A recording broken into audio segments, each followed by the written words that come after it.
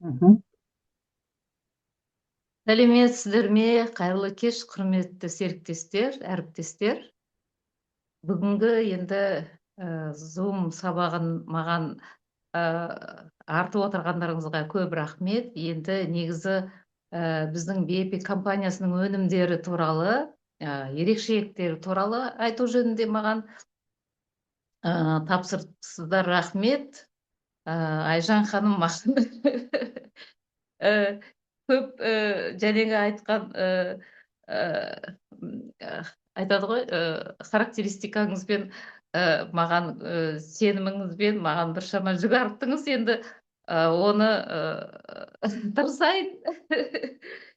Енді өзімді жаңа адамдарға таныстыра кетсем, мен аты жөнім Сандуғаш Ибраева, Астана қаласынан боламын, бірақ Семей қаласының тумасымын. Сол Семей қаласында Бұлақ деген жерде, пригородный там село, сол жерде туып өскенмін. Сол жақта мектеп бітіргеннен кейін Семей қаласындағы педагогикалық институттың филология факультетін, ол кезде РКО деген орыс тілін қазақ қазақ мектептерінде беру сондай мамандық болған. Сол мамандық бойынша тамамдап, енді біраз жұмыс істедім педагогикалық. Бірақ та енді өмірдің әртүрлі несі бар ғой, енді кезеңдері. Сол 90-е годы дейміз, сол жылдары енді мектептерге зарплата да болған жоқ, білесіздер, иә. Айлық басқа жерлерде мысалға енді тамақпен беріп жатты ғой да, әртүрлі. Енді мектепте немен береді? Сондықтан да кішкене бизнесқа бет бұрған замандар да болды ол кезде. Мына Россиямен жұмыс істеп, бір продукты, тамақ өнімдерін, одан мына тендермен қатысып дәрілерді таси бастадық. Ондай да заман болды 90-шы жылдары. Сол кезде енді тендерда көбі қабылдамай қалып қоятын болды. Сондықтан да бір аптека аштық. Енді ол кезде басқа фармацевт провизорларымыз болды да. Одан кейін өзім де білім алып алдым. Екінші мамандығым фармацевт дейтін, сол себептен. Ол кезде онлайнда оқуға болатын. Қазір енді ондай жоқ қой. Онлайн, офлайн бітірдім сол кезде. Екінші мамандығым сол фармацевт дейтін, сол себептен. Одан кейін сол бірнеше аптекам болды. Кейін енді заман дұрысталғаннан кейін сол қайтадан мектепке, одан кейін районада істедім. Одан кейін аудандық кітапхананың директор болып біршама жыл жұмыс істедім. Енді тағы да сол өмірдің енді несімен, ағынымен дейміз ғой, Астанаға көшіп келдік 2018 жылы. Енді балаларымыз осында, бір жағынан жолдасымның жұмысы да осы жаққа ауысқаннан кейін, сол жылдан бері міне уже 7-8 жыл болып қалды, Астанада тұрып жатырмыз, астаналық болып. Сол енді өзімді қысқаша таныстырып өтсем, ал енді өнімдері жайлы айтқанда, мен енді жалғыз осы өнімдері арқылы осы компанияның ерекшелігінде атап өтсем деген, енді өзімнің тәжірибем бойынша, иә. Енді мен бұл өнімдерді сонау 2017 жылдан бері білемін. Себебі ол жылдары денсаулығым сыр беріп, мен бір басыма 40 ауруды жинап жүрген кезім деп айтам. Енді шынында да қан қысым жоғары болып, сонда давлением 180-200-ге дейін көтеріліп кетіп, 2 күннің бірінде скорый шақыратым, одан кейін жедел жәрдем шақыратым, иә. Одан кейін асқазан-ішек жолдарымда, енді ол кезде мен 47-48 жасым. Енді қарап отырсаңыз да кәрі де емеспін, енді жас болмасам да, бірақ та мына хронический дейді ғой, созылмалы ауруларды біршама жинап алдым. Енді өт жолдарым дұрыс демей, сол созылмалы панкреатит, одан кейін мына ұйқы безімде сыр беріп, ол да уже сол созылмалы панкреатит болып, енді оның бәрі аздай, еще маған атрофический гастрит деген диагноз қойды. Ол енді тіпті жазылмайтын деп, мен сондай бір диетада отырып, енді ол аздайша артрит артрозым болатын. Енді артрит артроздың соның салдарынан ғой мен де асқазанды бүлдіріп алғаным. Өздеріңіз білесіздер, артрит артрозды мына нестероидный препараты дейді ғой, диклофенак сияқты сондай препараттармен емдеп, енді 1 ай 2 ай емес, уже 2 жылдан астам болған. Сөйтіп асқазанымды құртып алған мен. Сөйтіп жүрген кезде осы өнімді менің бір құрбым, о кезде ол Астанада тұрады, мен Семей жақта тұрсам, маған осы ЛФ туралы айтып, енді маған ұнағаны енді шынында да жан жақтан тиімді болды. Бірінші күніне бір-ақ уақыт ішу. Ал мен енді баттардың түр-түрін ішетін. Себебі енді бір емес бірнеше ауруым бар. Енді мысалы артрит артрозға кальций надо пить дейді. Енді Семей жақында, Қазақстанда вообще бәрімізге D3 дейді, D3-ді К2-мен ішу керек дейді. Енді әйелдің денсаулығына қажет дүниелер ол селен, иә. Ал енді мына қабыну процестерінде ол цинк дейді. Сол сияқты енді бір 15-20 банкілерді баттың түр-түрін ішеді. Ішкенде де сол бірде ішсем, бірде ұмытып кетеміз деген сияқты, иә. Ал енді мына өнімнің бір кереметтілігі маған осы ЛФ-тің күніне бір уақыт дегенде мен қуанып кеттім ғой, күніне бір уақыт қалай деп ол. Ал енді бұл өнімнің кереметтігі сол, бір капсуланың бойында біздің ағзамызға мына тәуліктік қажет қоректік заттардың бәрін таңғы асымызбен аламыз, иә. Біздің ағзада сол жасушалық деңгейде жұмыс істей беретінін естіген кезде, енді екінші мамандығым фармацевт болғандықтан, бұл қандай өнім, құрамы қандай, біздің ағзада қалай жұмыс істейді екен бәрін, енді ол кезде қазіргі кездегідей ақпарат болмаса да, енді осыны құрамы жөнінде оқып біліп алдым да, ойланбастан заказ жасадым мысалға, иә. Қазіргі адамдар тиктокта айтады ғой, мен 1 жыл тыңдап жүрмін, 2 жыл тыңдап жүрмін. Мен енді ойланбастан сразу заказ жасадым. Ол жан жақтан тиімді болды. Жәнегі бір-ақ рет ішу, құрамы, одан кейін бір жағынан финанс жағынан да енді 20 бутылканы алғанша біршама енді. Ал енді мынаны біреу ғана, ол кезде енді осы бір өнім болды ғой, 17-ші жылдары. Ең алғашқы осы біздің BEP компаниясының ең алғашқы өнімі осы LF8 дейміз, иә. Осыны заказ жасадым. Сол кезде енді үшеуі 2 ай дегенде келген маған. Енді 1 ай 2 ай деген маған 2 айда келді. Бірақ та тұрарлықтай болды. Бұл өнімді қабылдай отырып, мен сол бір басыма жиналған сол 40 аурудан арылдым ғой енді. Сол кезде чудо капсулы дегенде мен күлетім. Менен тіпті бат деп ойлайтым. Ол кезде мен енді мына жасушалық қорек, клеточный питание дегенді білмейтім. Сол кезде бірінші естігенмін ғой. Енді бұл өнімді қолдана келе, бұл өнімнің кереметтігін сол өз басымнан өткізгендіктен, мен енді бұл өнімге шында да ғашықпын. Сенімім зор бұл өнімге, иә. Бұл өнім туралы ешкім мені кері айтып сендіре алмайды.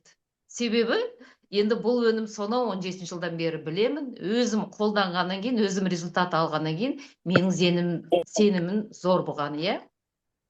Біздің наставниктеріміз Болат мырза, Ерлан мырза айтып жатады ғой, вы должны быть влюблены деп, ғашық болу. Мен шынында да ғашықпын бұл өнімге. Сол енді ол кезде, енді қысқаша айтқан кезде, бір басындағы сол 40 ауруынан арылдым ғой. Ол сол қан қысымымда реттелді, асқазан ішек жолдарымда ең мықты жеңісім ол сол атрофический гастрит деген жазылмайды деген, сол жазылды ғой. Енді профессордың өзі ол диагноз менен алып тастаған кезде енді төбем көкке жетердей қуандым енді бұл. Одан кейін енді сол жәнегі созылмалы, сол панкреатит деген оңай ауру емес, енді білесіздер. Ол да ақырындап кете бастады. Сонан кейін ана өт жолдарда дұрыстала бастады да, сол хронический холецистит ол да реттелді. Сонан кейін уақыт өте келе артрит артрозым да кетті енді. Ол енді мен таң қалдым, ол қалай деп. Бірақ та сол кезде мен ұқтым. Бұл енді жасушалық қорек өнімі, иә, клеточный питание біздің ағзада қалай жұмыс істейді екен. Енді сөйтіп мен 17 жыл ғана іштім. айтады ғой, хорошему быстро привыкает деп орыстар айтпақшы. Шынында да мен ауруларымды ұмытқаннан кейін ЛФ-ті де ұмытып кетем, 4 жыл бойы ішкен жоқпын. Сол 4 жылдың ішінде бірде-бір ауруым қайталанған жоқ қой. 4 жыл дейтінім, енді пандемия жылдарын білесіздер, 20-шы жылдары мен де ауырдым, жолдасымыз екеуміз қатты ауырдық та. Бірақ жолдасым енді ауырғаннан кейін, өз туған еліне барғаннан кейін бе, Алакөлде барып келгеннен кейін, бір ай қымыз ішкеннен кейін жақсы болып кетті. Ал менде почему-то постковидный синдром деген болып ауырдым мен. Сол 12 мүшемнің бәрі де сыр беріп, ол аздай еще паническая атака деген болды да, мен 1 жыл жұмысқа шыға алмай қалдым. Сол кезде 20-шы жыл мынаны іздеп таба алмадым, мен 21-ші жылы ғана осы әлеуметтік желі арқылы іздеп тауып алдым. Сонда мен Рашида апайға шыққанмын ғой. Ол кісі маған менің проблемамды естіп, мына базовый өнім туралы айтты. Мен жаттап алғым ғой, ЛФ деп, иә. Базалық өнімдер туралы міне осы Axeler Sleep, Axeler Restore, осыны ішуге кеңес береді. Шынында да солай кеңес бергеніне мен шынында да қазіргі күнге рахметімді айтам, себебі сол басқа проблемаларым өз алдына сол панический атака дегенге ол көмектесті. Сондықтан да қазір енді мен өзім стримдарымда, былай басқа жерге барғанда айтып отырам енді, сеніммен айтам бұл. Сондай проблемалар өзім басымнан өткеннен кейін, мысалы кейбір адамдар айтады, мен ішіп жатырмын, әлі менде сол панический атака кете қойған жоқ деп. Содан кейін әрі қарай енді өзімнің басымнан өткізгенімді айтам ғой енді. Ішіп алып жату деген болмайды деп. Іштіңіз бе?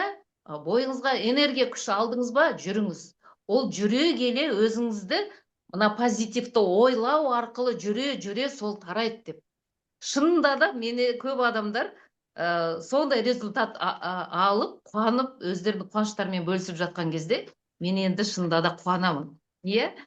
Ал енді бұл өнімдердің асқазан жолдарына, қан диабетіне, тағы да көптеген мына денсаулыққа байланысты проблемаларынан арылып жатқанда, енді шынында да қуанып марқая түсесің, иә. Бұл өнімге, бұл компанияға сеніміміз арта түседі. Енді негізі біздің компанияның енді негізгі философиясы ғой енді, біздің енді ерекшелігімізді білдіре отыруымыз керек. Ол бірінші, ол осы жасушалық тамақ өнімі екенін, иә. Бұл дәрі емес екенін, иә, БАД емес екенін, мен жасушалық қорек өнімі. Енді негізі былай адамдармен офлайн, онлайн сөйлескен кезде, олардың мына нелерін, түпкі себептерін, олардың мына денсаулығына байланысты болсын, басқа проблемаларын сұрақ қоя біліп аламыз, иә. Сол кезде енді бұл өнімдерді айтқан кезде негізгі акцентті дұрыс қоя білуіміз керекпіз, иә. Бұл бірінші, кешіріңіздер.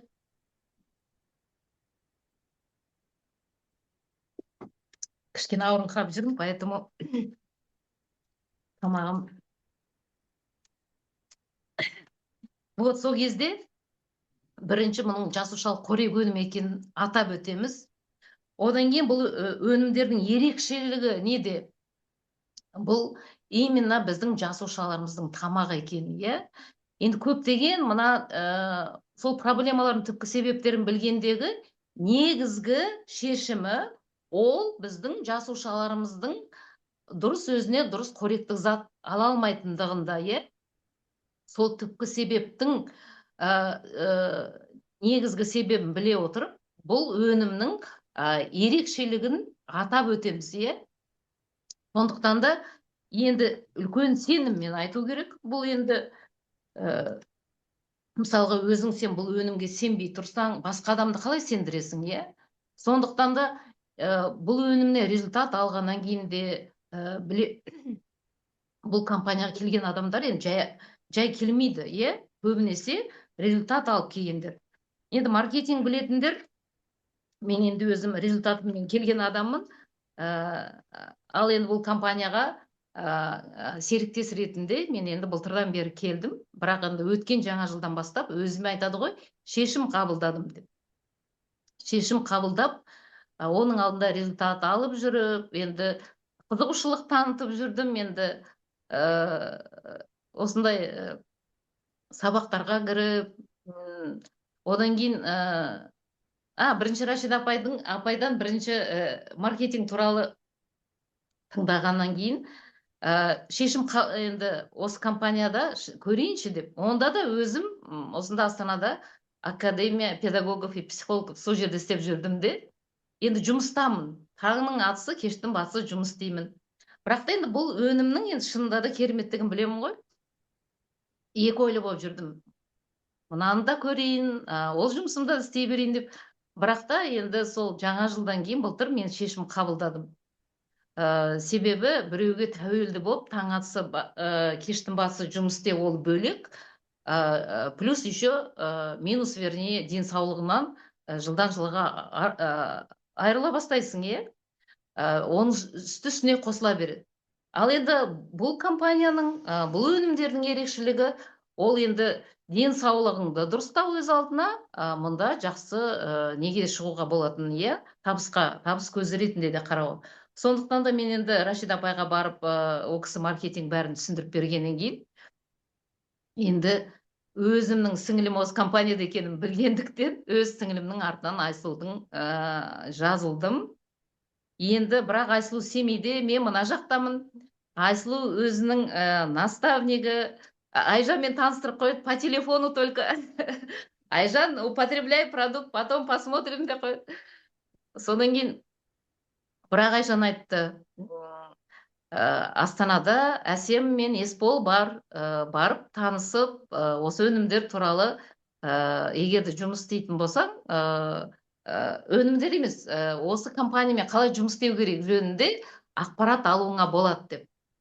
Соны Айжанның айтқанымен мен енді Әсем мен Есболға бардым. Енді бұл компанияның тағы да маған бір жақсы ұнағаны, адамдардың бәрі ақ жарқын, көңілдері ашық, ешқандай да бір бөгіп жасырып қалу деген жоқ, бәрін ашық айтып береді.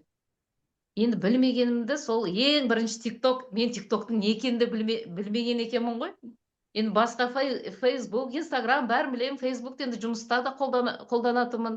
Ал енді TikTok деген вообще мен ойлайтын, ол енді жастардың бір ойынға, сондай платформа деп ойлайтын да. Біреулер маған TikToktан бір нәрсе жіберсе, мен оны ашпайтын да, себебі менде TikTok болмайтын. Ең бірінші Әсем маған ашып береді, сөйле дейді камераға. Мен сөйледі. Болды, енді ары қарай істей беріңіз дейді. Қараса маған кісілер жазылып жатыр. Соң ойлап қойым. Енді мен ақырындап үйренуім керекпін. Содан кейін, бірақ та енді айтқанды істейтін адаммын. Енді Әсем мен Есболдың айтқаны. Подпишитесь, отпишитесь деп, то есть, енді ары қарай өзім ойладым. Егерде мен денсаулық жөнінде айтатын болсам, денсаулықты қозғайтын анандай нелерге кіруім керекпін. Басқа адамдардың аккаунттарына. Соларға жазыламын, олардың адамдардың астындағы жазыламын деймін. Содан кейін бір жұмадан кейін кім маған жазылды, оларды қалдырамын да, жазылмағандардың бәрін отписка жасап тастаймын. Қайтадан сөйтіп бір жұманың ішінде мен 1000 адамды жинап алыппын. Енді жинап алдым дедім, жұмыс істеу керек қой. Қорқасың, қобалжисың дейді ғой. Содан кейін енді бірақ өзім бұл өнімге сенім, енді 100% сенемін ғой, енді білемін енді. Ал бірақ та дұрыс ақпарат бере білу керек. Ол үшін әр өнімді изучать надо дейді, оқу керек. Енді осының бәрін А4-ларға жазып алдыма қойып қоямын да. Сөйтіп TikTokқа шықтым енді. Мысалы, абдырақ қалмау керек, енді әр адамдар шығады ғой, жалғыз қарапайым адамдар емес, кейбір дәрігерлер де шығады, медицина саласында істеп жүрген адамдар да шығады. Сондықтан да енді мен кішкене бәр жағынан да оқыдым енді. Оның құрамы жөнінде, бұл өнімдердің шынында да формуляторлар жөнінде де, құрамы жөнінде де, біздің ағзада қалай жұмыс істейді екенінде енді оқи бастадым. Енді мен жас емеспін ғой, енді дегенде миыма қондыра қоятындай. енді жас өсе келе уже бәрі есте сақталмайды, сондықтан А4-ға қойып да өзім стримға шығатынмын. Сөйтіп енді ақырындап шығып адамдар келе бастады. Бірақ та бір ай шыққанның кезінде ешкім келе қойған жоқ. Сол кезде мен әсеммен есболға айтамын ғой, ой, что-то маған ешкім келмейді. А что вы захотели? Бір айда сізді адамдар тану керек, білу керек, содан кейін ғана сізге сенім артқаннан кейін кісілер келеді деп. Шынында да бір айдан кейін уже подписка келе бастады. Менің енді бұл өнімдер туралы білуін білетін, бірақ мен ана подписка жөнінде кішкене қорқатынмын. Біліп тұрсам да әсемдерге барам подписка жасаған кезде. Сөйтіп алғашында өзімнің құрбыларымды, туыстарымды, енді солай адамдарды жаздым. Одан кейін кәдімгідей әлеуметтік желіден келе бастады маған. Вот. Сондықтан да енді кішкене тәжірибем бар, сол тәжірибелермен бөлісе кетсем, бұл өнімдердің енді сондай анандай медициналық терминология, ғылыми жолдарын айтып керегі жоқ. Иә? Бұл өнімнің негізі құндылығын көрсете білуіміз керек. Қалай құндылығын көрсетеміз? Енді в общем плане бұл өнім туралы білгеніміз дұрыс енді әрине. Бірақ та бұның құндылығы ол енді өзіңіздің результатыңыз, басқа адамдардың кейстарын білу керек, оны айта отырып, одан кейін енді сондай бастан өткен басқалардың сондай тәжірибесін айта отырып, бұл өнімдердің құндылығын дәлелдеп беруіміз керек бізде. Міне, ал егер де жай ғана айта берсек, енді андай ғылыми тілде айта берсек, оның бәрін айта берсек, адамдар пролистывает. Даже сіз офлайн біреумен кездессеңіз де, сіз ана жерде бір керемет, бір бәрін андай медициналық ғылыми тілде айтып отырсаңыз да, сұрағанға қорқып отырады ғой ондай адамдар. Сондықтан да енді неғұрлым қарапайым тілде жеткізу керек, және де шында да результаттармен дәлелдеп шегелеп тастау керек қой, міне, иә? Енді ол менің осы бір жылдық тәжірибемнен алынған дүниелер. Енді сондықтан да былай енді проблема рынка дейді ғой, енді біз енді бұл компанияда мына серіктес болғаннан кейін біз адамдар тарта білуіміз керекпіз, иә? Сондықтан да мына саналы қажеттілікті тудыру керек. То есть создать осознанную потребность дейді ғой, міне, вот шынында да. Ол сіз сұрақтар қоя отырып білесіз, адамдардың енді көбінесе қазір біз білеміз ғой, мына көбінесе шаршап жүретін қазіргі, иә, ондайда біз білеміз, біздің өнімдердің керемет екенін білеміз, иә. Стресс, соны кейін нутриенттердің жетіспеушілігі дейді. Нутриенттер дегеніміз білесіздер, иә, ол енді біздің именно ағзамызға, біздің жасушаларымызға қоректік заттардың жетіспеушілігі, иә. Оның бәрін қайдан аламыз? Әрине біздің мына өнімдерімізден аламыз, иә. Соны офлайн болсын, онлайн болсын біз жеткізе білуіміз керекпіз. Біздің өзіміздің мына бұл өнімге сенімділігіміз, біздің бұл өнімге деген ғашықтығымыз ана адамдардың көзінде отты жағады ғой, міне, көрдіңіздер ме? Сондықтан да бұлай осылай айтып отырған кезде енді әрине келмейді. Енді алғашында мүмкін мен өзімді солай айтып отырған шығар, бір ай ешкім жазылмады, мүмкін солай болған шығар. Бірақ кейін со временем ұқтым мен оны қалай, енді оның бәрі тәжірибемен келеді. Сондықтан да жаңа жазылған адамдарға айтатыным, не отчаивайтесь дейді ғой, міне, бәрін оқып іздене келе, мына сабақтарға қатыса келе, оның бәрі келеді тәжірибемен. Сондықтан да Айжан айтқандай энергиямызды қосамыз, иә, сенімділігімізді арттырамыз.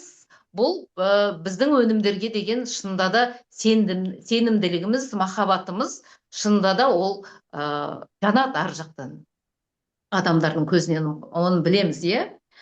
Сондықтан да енді мына ғылыми тұрғыдан оның бәрін дәлелдеп керек жоқ. Бұл өнімдердің біздің шында да мына қажеттілік тудыратын дәлелдеуіміз керекпіз, және бұл өнімдердің шында да мына өзіміздің мына тәжірибемізден, басқа адамдардың тәжірибесі арқылы мұның керемет қажеттілігін көрсете білу біздің, иә. Сондықтан да енді сөйтіп көбінесе мына выявляем проблему дейді ғой. Вот адамдардың денсаулығы болса, ол денсаулығын өзін ақырындап білеміз, иә.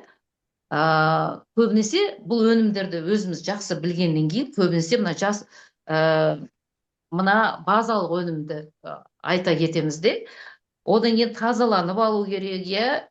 Бірақ кейбір адамдарға біреу болмаса біреу жақпауы мүмкін. Бірақ та біз оны мына оптималды дұрыс анандай кеңес бере білуіміз керекпіз. Мысалға, мына ЛФ-пен өзі мына бикардион айтқанның өзінде, бикардионың бұл керемет өнім екенін біз дәлелдеп беруіміз керекпіз, иә.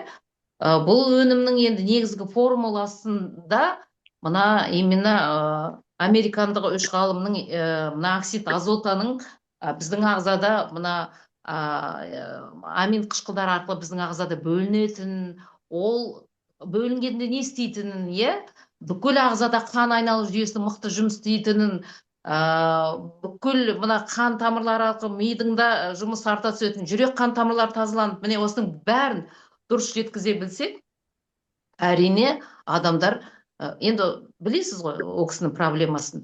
Вот жүрек қан тамырлары болсын, давление болса, женские, мужские проблемы, геморрой, пожалуйста, міне осыны дұрыс айта білуіміз керек, дұрыс ұсына білуіміз керекпіз, иә. Ал енді қазіргі таңда көбінесе міне вирусный инфекция, иә, оны міне иммунитетімізді күшейтетін өнімді дұрыс айта білуіміз керекпіз, иә.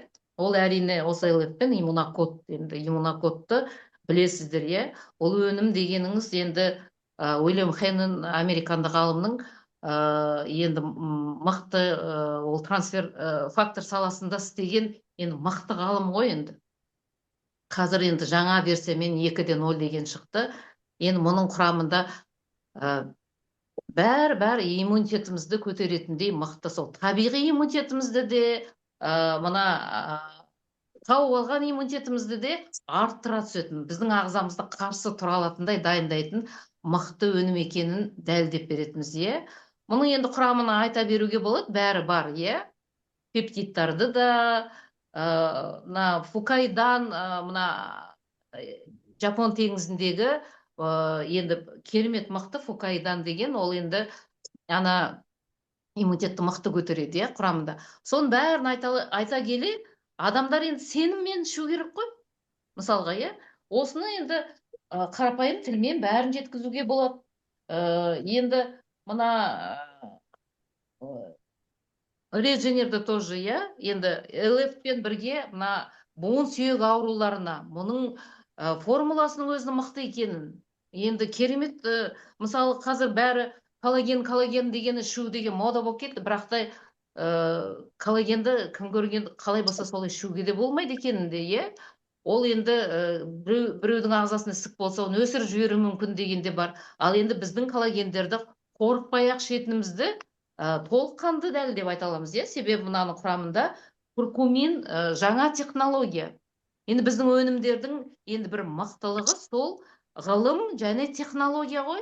Бұл өнімдердің негізгі формулалары сол ғылыми және жаңа технологиямен. Мұндағы сол міне куркумин BioBDMC деген сол ана канадалық биологик деген компанияның 4 түрлі таза куркумині бар. Ал куркумин деген ол табиғи антибиотик және мықты мына онкопротектор екенін адамдар қорықпай-ақ ішеді бұны, бұл коллагенді, иә. 2 типтес коллаген бар екен. Және де ағзаны жасарту мақсатында гиалурон қышқылы, ол енді білесіздер, гиалуронды уколмен алдық деп жатады енді міне. Енді тағысын енді бізде мына өнімдерді айта берсек,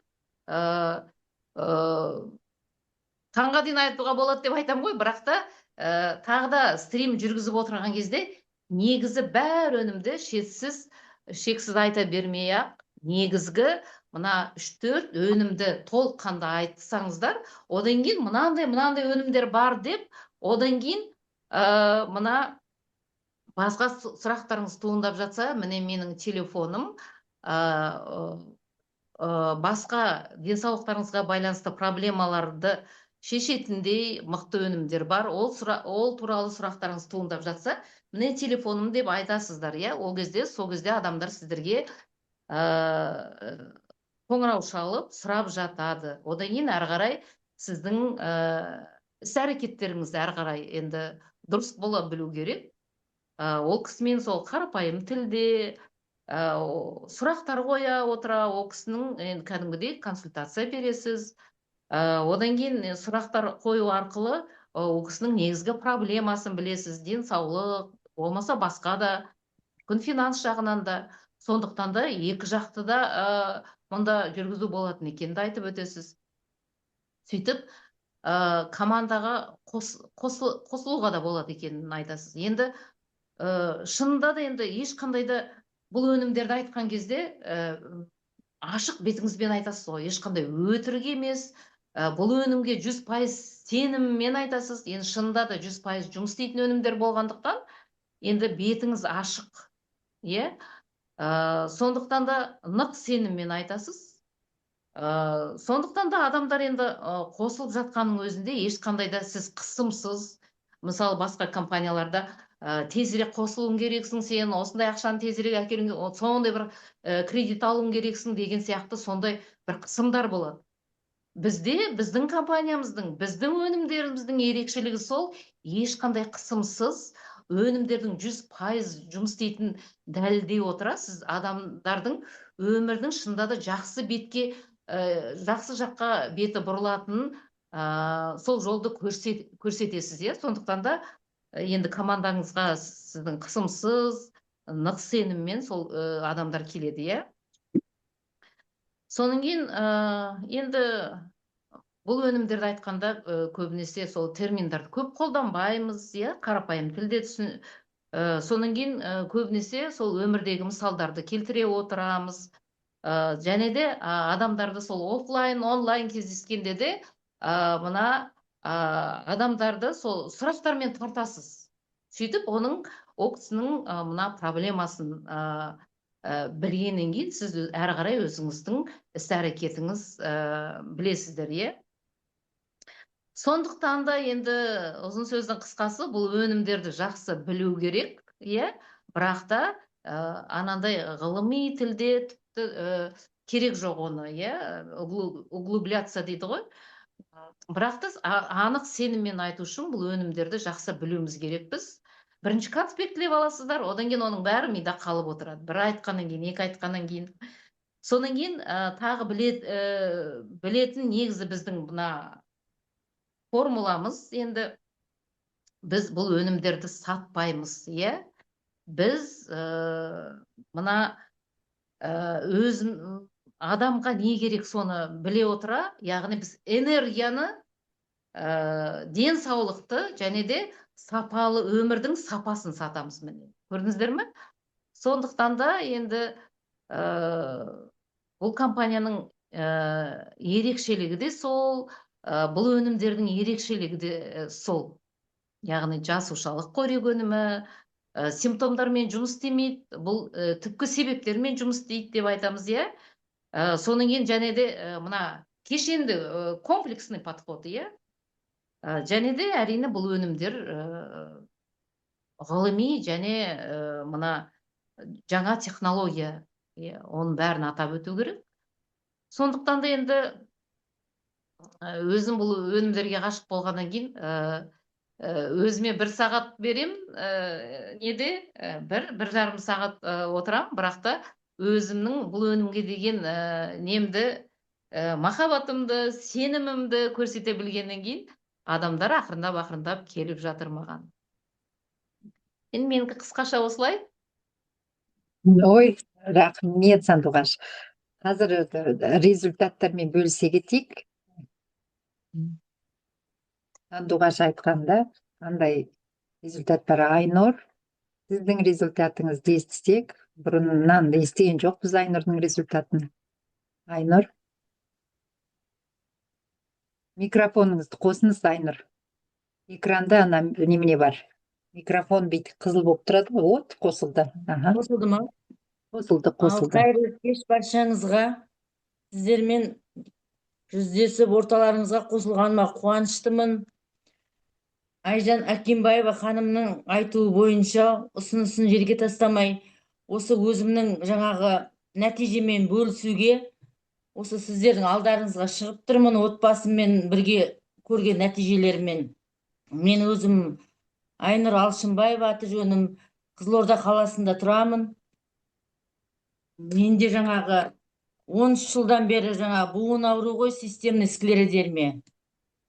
Босанғаннан кейін әр бала босанған сайын андай салқын ұстап, сөйтіп уже 4-ші бала босанған кезде уже мен тұра алмай сөйтіп қалдым үйде. Содан поликлиникаға көріндім, олар бір жыл мені әртүрлі енді анализдер тапсыртқызды, сөйтіп мен диагнозымды әйтеуір 1 жыл дегенде әрең тапты ғой. Содан маған бірінші кезде ревматойный артрит деді, осы соңғы кездері системный склеродермия деді, сіздікі. Сөйтіп енді сол нақты диагноз қойды ғой қазір маған системный склеродермия деп. Содан мен сол 13 жылдан бері бірыңғай гормон ішемін ғой мен. Бірыңғай гормон ішемін. Сол гормонға әбден тәуелді болып, ол гормонды бір күн ішпесем, мен орнымнан тұра алмай қалатынмын азанғы уақытта. Бірінші сол гормональныйды ішіп алам, сосын барып денемді өз-өзіме қалыпқа келем. Әйтпесе ол гормонды ішпесем, мен денемнің бәрі құрысып, тырысып, орнымнан тұра алмай, мына тіземде тұрғызбай сондай болатын. Сөйтіп 13 жыл ішіп жүргенімде оған жылына 2 рет поликлиника неге береді, больницаға береді 6 ай сайын. Сөйтіп система уколдарымды аламын, сөйтіп жүре бердім. Содан осы 5 жылдың көлемінде мен көзімде катаракт пайда болды, осы гормонды ішіп. Одан соң осы 1,5 жылдың көлемінде поликлиникаға скрининг тапсырғанымда менде бауырды май басқан, өтім вообще қой болып қалған деді. Өте жай тамып тұр деді өтіңіз. Сөйтіп, содан уже 1,5 жылдың көлемінде менде сустаптарым уже көгере бастады, мына саусақтың, 10 саусақтың бастары ше. Содан саусақтың басынан жара пайда болды, 1,5 жылдың көлемінде. Сосын мен поликлиникаға барғанымда маған сізде уже ауруыңыз асқынған түрі, біз енді оған ештеңе істей алмаймыз. Тек қана енді сіз басқа да 10 саусақтың бәрін жараға айналдырып алмауыңыз керек дейді. Егер де соның бәрі жараға айналса, уже біз тек қана мынаны кесеміз деді, 10 саусақты мына жерден былай қарай. Осы көгергенге дейінше. Мына вообще 2 қолым андай жаздың өзінде 40 градус, шілденің өзінде 2 саусағым деген тас кесек мұз болып тұратын, морозилке салбаған қол сияқты болып. Вообще мынау деген қап-қара көкпеңбек болып кетті. Содан мына жарамен 6 ай жүрдім. Дым кетпеді, бүкіл аптеканың маздерін алып жақтым, ешқандай нәтиже болған жоқ одан. Сөйтіп алдында осы өнімді, сіздердің осы өнімді байқап жүргенмін ғой, тиктоктан қайта-қайта алдымнан шыға берді. Содан бірінші кезде осы өнімді қолдан алдым бір кісіден. Мен бұл жөнінде ақша тауып бизнеске айналдыратын білмедім, просто мен денсаушылық үшін ғана алып іштім. Кейіннен енді уже бір ай ішкеннен маған шамалы нәтиже өзіме байқала бастады. Уже мен до того денсаушылығым жақсарғаны соншалық, мен өзімнің ішіп жүрген гормонымды ұмытып кеткенмін ғой ішуді. Өйткені мен жағдайым уже жақсы болғаннан кейін уже мен ананы ұмытып кетіппін. Сөйтіп өзім байқадым, мен денсаушылығым жақсарып келатқанын байқадым да, мына гормонды ішпесем де нормально болып келатырмын деп, сөйтіп мен уже гормонды түбегейлі тастадым. Қазір уже 7 ай болды. Тастағаныма 7 ай болды. Содан осы өнімді бір рет қолдан алдым, екіншісінде Қарағандылық Светлана ханым бар, сол кісіден тіркеліп алдым. Енді мен әлде де шамалы өткен 13 жыл гормон ішкеннен кейін мен әлде де ұзақ ішуім керек деп, одан бірден тіркеліп алайын, сәл болса да әйтеуір қалтама жеңілдеу болады ғой деп, сөйтіп тіркеліп алдым екіншісінде. Сөйтіп осы өнімді жолдасымыз екеуміз мынаны бөліп іштік. Элефті ортасынан. Жолдасымның да аяғы постоянно өкшесі ауыратын, андай шпора болатын аяғында. Күнімен түнімен андай жата алмайды. Жаңағы постоянно аяғын бастыртып, сөйтіп не қылатын тұғын жатқызбай. Сөйтіп жолдасымыз екеуміз осыны бір капсуланың ортасынан теңдей бөліп іштік, сөйтіп 2 ай. Сөйтіп енді поликлиникаға бардым, сондай деп айтты, жаңағы уже сізде уже жаттың диагнозыңыз сондай, жаңағы тек қана осы дәрімен, жаңа гормональный дәрімен ғана басып қана жүресіз деді. Содан енді осы бір ай ішкен кезде уже мына жерімдегі жаңа қап-қара болып тұрған саусақтарым уже қан жүре бастады. Шамал уже светлый болып ашыла бастады қанның нелері. Одан мынау жараның несі орны қабыршақтанып уже қата бастады, алдында бүйтіп тұрған неше ығалданып тұрған. Сөйтіп жаймен уже 2 айда уже жара жоқ болды ғой, ізі де жоқ болып қалды. Жаңа кетпейді деген жара. Содан әр поликлиникаға барған сайын настроением түсіп келеді, әйтеуір олар дәрігерлер жаңағы сенің көңіліңе неге қарамайды ғой, бірден жаңа кесіп айта салады. Содан әр барған сайын настроением түсіп келеді. Содан сөйтіп 2 ай ішкен кезде жолдасымның да аяғында шпорысы кетті. Вообще қазір аяғы туралы ұмытып кетті, даже аяғын ауыратынын ұмытып кетті. Сөйтіп содан жаңағы мына 13 жыл енді гормон ішкеннен мына шаштарым да түсіп қалған тұғын. Қазір деген шашым деген резко өсіп кетті, қалың болып. Қалай өскенін, қалай жаңағы жаймен ауруымнан не қамды өзім де даже байқамай қалдым ғой. Содан жаңа 5 жыл болған катарактіге жаңа маған операция деген ғой, неге мына нені алуға ше, жаңағы шел. Содан жаңағы үйдің ішінде жүрсем де, далада жүрсем де көзімнің алды жаңа тұманданып тұрады. Анық көрмеймін адамдарды. Только жаңа бүйтіп қарайып тұрған нелерін ғана көрем да, адам келатқан, чтобы соны ғана байқаймын да. Ата кім екенін түрін білмеймін. Өздерге маған қалайсың деп амандасқанда барып, даусынан не қыласын. Өзім даже ұялам кейде, жаңағы балдармен кетіп бара жатқан кезде балдарыма сұрап қоямға, анау келатқан көрші емес па қазір, өтіп кетпейін амандаспай деп. Сөйтіп айтып қоям. Содан жаңағы автобус кетіп бара жатса да, маршрутқа кейде жаңғыз өзім шыққан кезде, автобустың келатқан кезде жаңағы әйтеуір машина екенін білесің, нөмірін вообще байқай алмаймын ғой, көз деген көрмейді. Әшейін қарайып тұрған машина екенін ғана байқайсың. Содан алдымнан өтіп кеткенде барып бүйтіп қол көтересің ғой анаған. Содан кейін ол өтіп барып, ана жаққа барып әрең тоқтайды автобус. Содан жүгіріп барсам өзіме ұрсады ғой, ертерек қолын көтермейсің ба деп. Қайдан білсін менің жаңа сөйтіп көзім көрмейтін.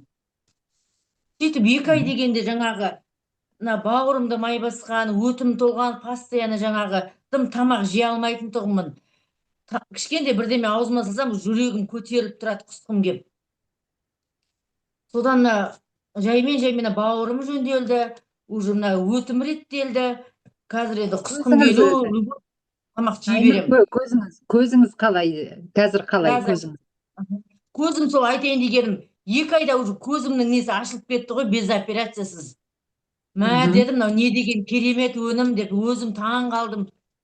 Сөйтіп операция жасайым деп жүргенде мен біраз документ дайындап жүргенмін ғой, оған да жаңағы менде гемоглобин төмен болды. Сол неше жылдан бері гемоглобин төмен. Постоянно 70-80-мен ғана жүрем гемоглобин. Сол маған сол гемоглобинді жаңа реттеу керек болды да, жаңа операцияға онсыз жасамаймыз деді. Бірінші сол анализдеріңді ретте, сосын барып не қыламыз деді. Сөйтіп гемоглобинді реттеймін деп жүрген кезде осы өнім кездесіп, мен осы өнімді алып іштім. Содан 2 айда уже өзім байқадым, мына көзім деген анық көріп тұр деп, өзім жаңағы қай уақытта көзім ашылғанда да не қылмай қалғанмын ғой, байқамай қалғанмын ғой көзімнің ашылғанын. Содан жолдасым айтып жатырмын ғой, менің көзім деген, мынаны қарашы, қатты көріп тұр, анық көреді бәрін деп сөйтіп қуанып жатырмын. Содан енді қазір енді жолдасымның да аяғында шпорысы кетті. Ол да жаңағы жақсы, өз-өзін жақсы жаңа сезініп, өз-өзін сергек неғып жүргеннен кейін, сосын менен де жақсы нәтиже байқағаннан кейін, бұрынғыдай жаңағы орнымнан тұра алмай жатқан жоқпын. Әйтеуір еркін жүргеннен кейін менен де байқап жатыр қанша нәтижені. Содан кейін енді айтып отырады ғой, енді мынау таусылып қалмай тұрып ертерек заказ бер деп ше, осыны. Өйткені өзі де уже қазір ана Елев қайда, әкел ішейін деп сөйтіп сұрап алып ішетін болды ғой қазір. Бұрын жаңағы жолдасымды вообще мынандай аптеканың дәрісінде вообще ішпейтін, мынандай нәрселерге де вообще сенбейтін кісі ғой. Содан менен нәтиже не қылып, содан енді осыны алып іше бер енді деп жатыр. Содан енді 7 ай болды, мен бұрын жаңағы поликлиникаға ай сайын барып, жаңа маған тегін дәрі береді ғой, гормональный митипред береді, и содан кейін аптасына 1 рет метаджек деген укол салатын мына иықтан.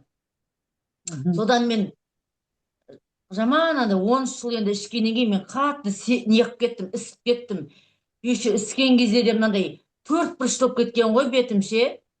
Гормоннан Өзім сөйтіп жаңағы айнаға қарауға өзімнен қорқатынмын, айнаға қарауға. Түрімді көргім келмейді. Көбінесе жаңа суретке де түспеймін, жаңағы түрімнен ұялып. Көбінесе жаңағы қонақтарға да жаңағы баруға ұяласың, жаңағы жұрттар неге бетің ісіп кеткен деп сондай сұрақтардан, сондайдан қашамын да, сонымен көбінесе бармаймын көп жерлерге. Сөйтіп көзімнің катарактасы ашылды, одан бауырым реттелді, өт жолым реттелді. Гемоглобин қазір 100-ден асып кеткен менде гемоглобин. Постоянно 70-80-мен жүретін гемоглобин.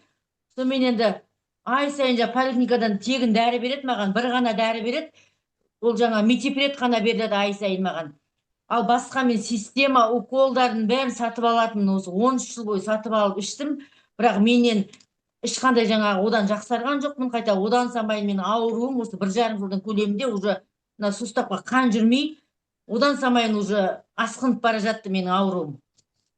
Содан осы өнімді кездестіргеніне бір Аллаға мыңда бір шүкір деймін қазір.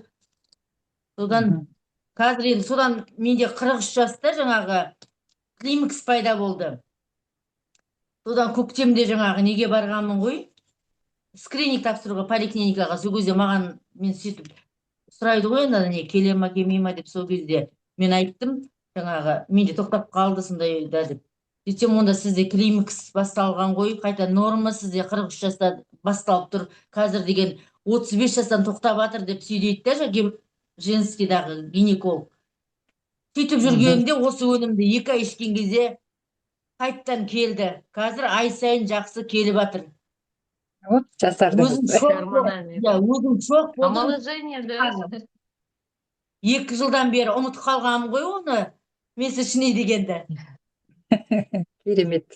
Мә деп, Жақсы. не деген керемет өнім. Мен негізі основной сол буыныма қатысты алғанмын ғой. Сөйтсем жаймен өзім байқасам да шашым қалыңдап өсіп кетті. Одан сол ісіктерім кетті. Менде ісік болған кезде жаңағы 70 келі салмақ болған. И мына қарнымда дәу тұғын кәдімгі 9 айлық 2 қабат әйелдердің қарны сияқты. Сол бәрі ісіктің бәрі сол 2 айда кеткен кезде мен қазір 59 келі салмақ болдым. Сонда 11 келі салмақ тастадым.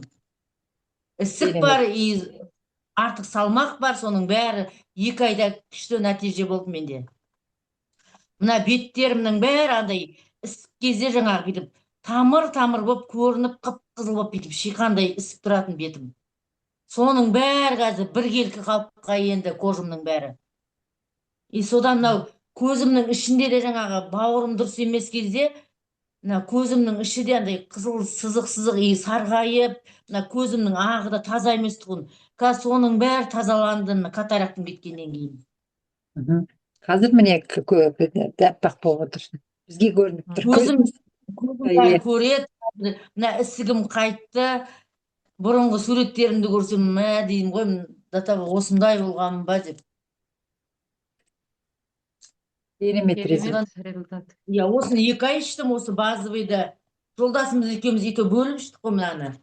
Одан арасында сол 2 ай ішкеннен кейін мен жаңағы финанс жағының жаңағы реті болмай, мен 3 ай тоқтап қалдым мынаны ішпей.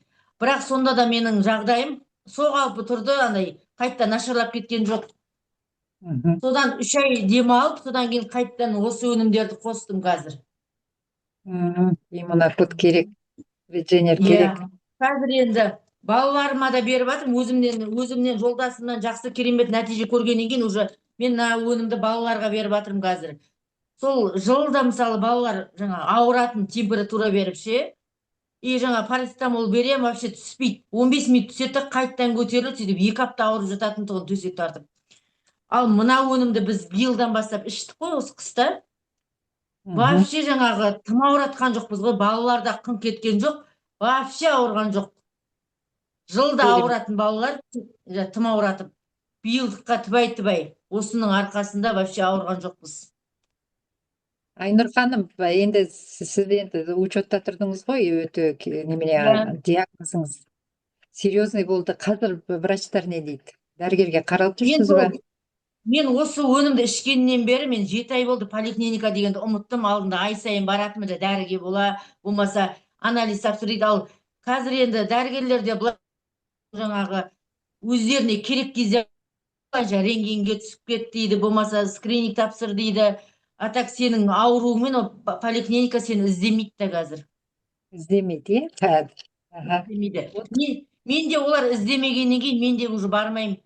Бұрын жаңағы дәріге баратынмын ай сайын. Өйткені сол метипредке мен тәуелді болғаннан кейін өзім үшін соған барып, дәрігерлермен маған осы айда дәрі жоқ па деп сөйтіп жаңағы сөзге келіп сөйтіп не қылатынмын. Ал кейде жылдың аяғында ол дәрі болмай қалады, ол кезде өзім сатып алам қалтамнан ақша шығарып. Қазір сол дәріні түбегейлі тастадым, уже 7 ай болды. Айнұр ханым, рахмет сізге. Өтті керемет. Осы Айнұр ханым өзі анда-санда бір эфирге шыққанда менің эфиріме шығып көп результатын жазды. Айнұр, қандай жақсы результат. Кімнікісің сен деп қоям ғой. Сен біздің зумға кіріп айтшы осының бәрін десем, Талғат Құттымбетов дейді команда. Жоқ, Светлана деді. Оның үстінде кім десем, Талғат дейді. Ой, біздікі екенсің ғой деппін ғой Айнұрға. Келіп бүгін зумға бөлісші деп, қандай керемет результат. Рахмет, Айнұр, рахмет. Айтқанды жерге тастамай. Ұялам деп айтты. Көрдіңіздер ба? Ұялам, мен шыға алмаймын деп. Мен андай баста тиктокқа да шығуға ұялатынмын. Сосын кейіннен Свет апайлар айтты, шығып айт, сен сияқты жаңағы өйстіп ауырып жүрген адамдар болса әйтеуір сенен жаңағы отзыв тыңдап жаңағы алады ғой деп сөйтіп не қылып ғой. Сол үшін мен де мына бір онша суретке түспеймін ғой, бір 2 суретімді тауып алдым. Мына бір тұрған мен ғой, бетім дәу, мойнымның асты бүйтіп не болып тұр. Екінші подворотник ше. Иә. Аха. Қайырлы кеш, құрметті әріптестер, жасыл бриллианттар. Қазір енді мен мына жерде біздің Қарлығаш Шынжышкенова керемет өзінің бір осы Бакардия өнімімен, бізде қазір өзімізде февральда Бакардия өнімі шығайын деп жатыр ғой, сол бойынша өзінің нәтижесімен бөлісіп кетсе. Қарлығаш? Аха, жақсы Гаухар. Айнұр ханым, сізге рахмет. Рахмет Айнұр ханым. Керемет нәтижесіңізге бөлістіңіз. Мен жаңа тыңдап әйтеуір осы зейін қойып барлықтарын тыңдағандарыңызға мыңдаған шүкір. Денсаулығыңыз жақсара берсін. Құлан таза айық кетіңіз. Семьяңызбен. Рахмет Айнұр ханым, рахмет. Аумин. Рахмет сіздерге. Қарлығаш? Қайырлы кеш баршаңызға. Айнұр, сіздікі вообще керемет. Нәтижеңіз өте керемет. Рахмет сізге көп. Мен көрініп тұр ма, естіліп тұр ма? Иә. Менікі рахмет Айнұр, рахмет. Емес Бакардиядан. Именно ана балам, ол кезде менің балам 6-шы сынып оқыды ғой, қазір колледждің 1-ші курсында оқып отыр. Сол баламда 3 саусағында мына саусақ үшеуінде үлкен сүйел болды. Ол сүйел жай ғана сүйел емес, бүйтіп қарағанда тырнақтың айналасына шығып кетті ол сүйел. Сосын беті тілінетін кәдімгіше. Оған енді өзіміздің қазақ эскизімізден кезінде оқытатын жерге барып оқыттық, одан да кетпеді. Аптекадан алып жапсыр анандай күйдіретін дүниелерді күйдірдік, ақыры болмағаннан кейін дерматовенерологқа апардық қой. Онда да мен баламды апарған жоқпын. Просто сөйтіп көрсетіп, фотосын көрсетіп сұрадым. Сол маған айтты, Құдай, срочно сіздер анализ тапсырыңыздар деді. Мына тырнақтың астына кіріп кеткен сүйел өте қорқынышты деді дерматовенеролог. Кімдікі қосылып тұр мына жерде? Содан кейін бұның ішінде қандай паразит бар деді. Міне көйлеңіздер, паразит деді. Сондай паразит қайсысы бар? Біз соны анықтайын, мен сендерге сосын кейін жаңағы дәрі-дәрмек, ана мынау лечение жазып берем деді. Сосын мен істедім. Ол балама нені дәріні анализ тапсыртпадым. Как раз бізге ең алғаште акция болды. Бакардия, ол кезде банкіде болған мынандай. Білесіздер ғой, бұрынғы ішетіндерін бәріңіз білесіздер. Осы Бакардия келді. Елевтің капсуласын ол балаға алдында беруге қорқып жүргем. Ол бала негізі кішкентай кезінен өте ауыратын, өтіні врачтар как положено анандай диетический тамақ бересіңдер деп қаншама дәрісін жазып берді. Диетический тамақ пісіретіміз постоянно. Ол балам кішкентай жүгірсе бүйірін ұстап былай отыра қалатын да, аузынан сасық иіс шығатын. Постоянно кішкентай баланың өзінен иіс шығып тұратын. Содан не істедім мен? Бакардияғын именно ішінде өзінің мерный ложкасы болған. Сосын балам айттым, сен сабаққа кетіп бара жатырсың, ол кезде түсте оқиды ғой ол. Осыны 0,5 баклажкаға езіп алып ішіп жүрші деп. Сон бір как раз демалыс болды. Мен енді вообще ол кезде ұмытып кеткен ғой. Мама дейді, маған не болды десе, мама қолыма қарашы дейді. Әй, қолыңа не болды десем айтады, қарамайсыз ба енді қолыма дейді. Қарасам бар ғой. Сіздерге өтірік, маған шын ана саусағындағы сүйел бір жұманың ішінде жоқ қылып жіберген. Міне мына біздің керемет осы бакардияның арқасында. Осы үлкен сүйелдер, еще ол бар ғой, баланың бетінен ана сүйелі кәдімгіше тілінетінде қан ағатын ана бетінен, кейде ашып кетеді анау. Жай ғана бір кішкентай сүйел емес қой, ана тырнақтың айналасына кіріп шығып кеткен, астына кіріп кеткен, ол тырнағы көрінбейтін біткен кезде баланың қолынан. Мен ана қолына қарайтында жүрегім ауыратын, Құдай-ай, мынаны қайтсам екен деп. Сол бір-ақ жұманың ішінде бір баланың организмі жас қой, именно ол қанда болды ма паразит, или организмнің ішінде қай басқа жерінде болды ма білмейміз ғой. Сол мына керемет біздің бакардия соны бір-ақ жұманың ішінде жоқ қылды. Не? Сол бағана Гаухар айтасың ба, Темірланның нәтижесі керемет қой деп, сол аяқ астынан шығып кетті ғой ол кісі. Маған айтып жіберді, сол сіздерге бөлісейін деген. Сондықтан осыны да айта жүріңіздер. Сонда бұл бакардия организмдегі паразитке дейін тазалап тастайды. Осындай супер өнім. Рахмет тыңдағандарыңызға. Қазір акция деп қойсашы, Қарлығаш. Еще бізді акция ғой, жандарыма $122 тұрады. Вот так. Супер өнім ғой. Одан Адан кейін тағы да айта кетейін, сіздерге бар ғой, менің жолдасым биыл міне Құдай қаласа 5-ші жыл оразаны елеп пен бакардиямен ғана ұстайды. Бізде көптеген адамдар бар ғой, елептерін қойып та, ой, біз елепті ішкеннен кейін көп су ішуіміз керек. Біз ондықтан елепті іше алмаймыз, сондықтан біз обычный тамақ ішеміз деген адамдар көп. Мен талай адамдарды естідім. Ол кісі не істейді? Как положено, өзіні таңертең тұрады, елебін ішеді. Одан кейін мынаны бакардияны 0,5-қа езіп алады да, осымен аузын бекітеді. Еще ауыр жұмыс жасайды ғой, былай қарасаң. Үйде анадай столда отырып, креслода отырған адам емес. Міне 5-ші жыл Құдай қаласа осы бакардиямен елеппен ораза ұстайды. Келе жатқан оразамыз қабыл болсын. 19-ында ғой басталады Құдай қаласа. Сол, рахмет көп. Айжан, бүгін мен стримімда Ержанның бакардиядан алған результатын айтсаншы, постоянно давление болып еді ғой, осы бакардияның арқасында давление жоқ екен. Ол Аллаға шүкір, ол менің жолдасым бала кезінен рабочий давление 160, ол больницаға жатады. Мен міне көрдіңіз бе, менің наставнигім есіме түсіріп отыр, мен уже ұмытып кеткен ғой соның бәрін. Осының давлениесі постоянно, ылғи 160 рабочий давлениесі. Онан жұмысқа не сұрайды, учетта тұр деген справка апарып өткізетін, ылғи өлчейді сот, кейде көтеріліп кетеді 170 боп. Қазір міне Аллаға шүкір, сол 120, иногда 130 боп көтеріледі, барып не өткізбей долларды, таңертең барған кезде тексереді, шыққан кезде тексереді. Кейде кешке жақын жұмысқа барады, ертеңді таңертең тексеріп шығарады. Қазір Аллаға шүкір, ешқандай справка сұрамайды. Осы елеппен бакардия ғана ішеді ол кісі. Одан кейін мынандай керемет біздің Nutri Energy'ді жақсы көреді, ана түнгісімен де істейді ғой. Сонда бастық айтады екен, сен все время қашан қарасаң да кейде бір анандай біреулердің орнына қалқалады, суткамен қалқалады, кейде 1,5 суткаға қалқалады, сонда айтады екен ғой, сұрайды екен, сен осы қалай жүресің, постоянно қанша не істеп жатсаң да всегда бодрый жүресің деп. Содан күлем дейді, мен клеточный питание ішемін деп. Сонда осы түнгі мына Nutri Energy'ді алып кетеді. Зато мынау дейді, энергия береді дейді, керемет до утра жүре бересің дейді. Сондықтан достар, міне omuzda керемет өнім. Тағы да бір сіздерге айтып мақтанып қояйын, негізі мен март айында бұл продукцияны алып алғам. Өзімнің бір магазиннен неткен продукцияны. Почти 1 жылға таяу осы продукция поштаға келіп тұр ғой, тағы да маған подарка қылып. Қазір жоқ та бұл продукция. Осыны етшінен, еще қасында мынандай подаркасы бар оның. Жақсы көргеннен кейін, әне. Алла тағала жіберіп тұр ғой, жолдасына, Құдай жіберіп тұр ғой. Енді балаларым оны спортпен заниматься етеді ғой, спортпен. Осыны алып кетеді спорт залға, езіп алады да. Сонда айтады, мама кішкене енді 3-4 сағат жүреді ішінде, әлсіреп бара жатсақ дейді, осыны ішіп алсақ қайтадан бізге күш келе бастайды дейді. Сондай өнім жақсы.